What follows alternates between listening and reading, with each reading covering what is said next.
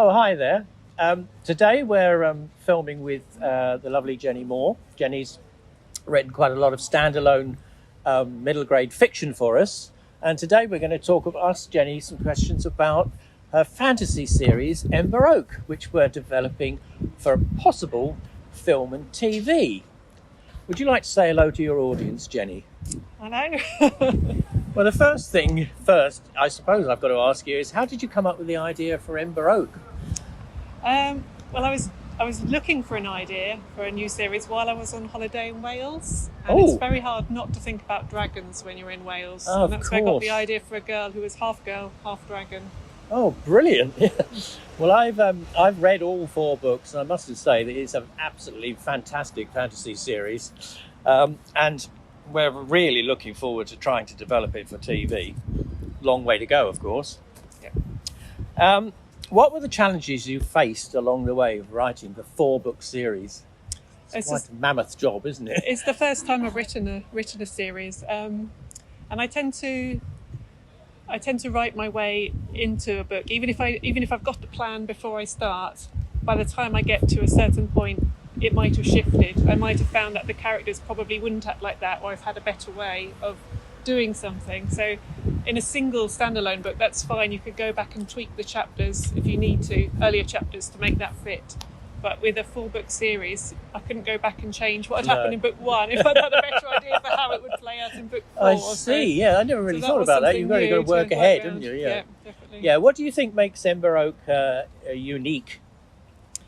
Well, I think Emba herself is a very unique character, and also I think it's a mix of sort of comedy but also real heart to them as well. Emba goes on a very, very big internal journey as well as an exciting external adventure.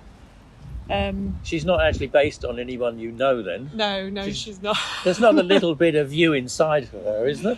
Well, I don't know. There's probably going to be in all my characters if you look hard enough. But yeah, no. What I hope I've done with this series is sort of books that can make you laugh and cry, but also keep turning the pages with excitement. That's what I'm really certainly aiming turned the for pages. this, I really did. Yeah. There's quite a lot of different, diverse characters in the books. How did you come up with the ideas for the different characters? They kind of populated the book on their own. Okay.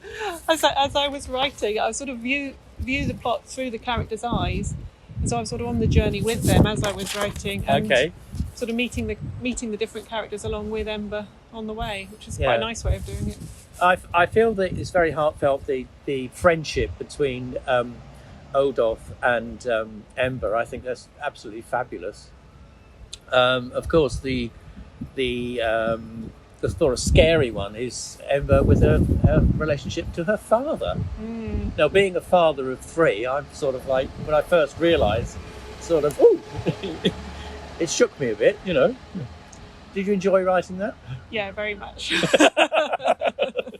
It's a fun moment at that point of realisation, sort of slightly Star Wars moment. A Star Wars moment, yeah, okay. Emba Oak is set in a medieval-style fantasy world with lots of weird and wonderful flora and fauna. There's some fantastic plants and things going on. How did you get all these ideas?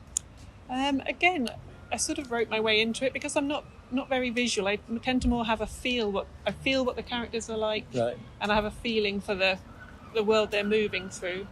And then again, looking at the world through their eyes, I sort of discovered, that's where that tree would be, or that's where that particular swarm of sleep-sucking insects would be. The sleep-sucking insects, yes. I thought the sleep-sucking event was quite interesting, and I also found it odd that they didn't question Merle enough about that. How it didn't affect her, you know.